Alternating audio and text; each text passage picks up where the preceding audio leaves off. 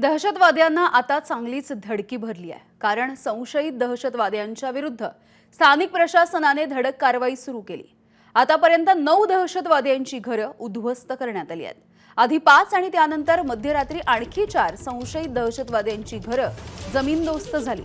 फारुक अहमद, अदनान शफीदारच्या घरी स्फोट घडवण्यात आला, तर दहशतवादी जमील अहमद शीर गोजरी, अमीर नझीर वणी या दोघांचं घर जमीनदोस्त करण्यात आलंय।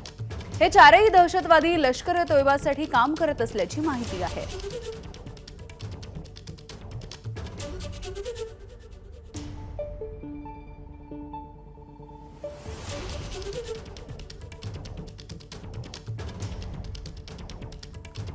तर संशयित दहशतवाद्यांची ही घरे जमीनदोस्त करण्यात आली होती। आपण पाहतोय या संदर्भातली काही दृश्य। दहशतवादी जमील अहमदचं घर उद्ध्वस्त करण्यात आलं।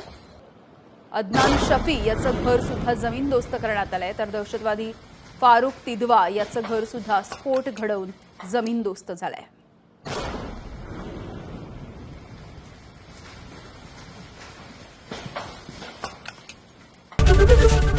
एबीपी माझा, उघडा डोळे बघा नीट।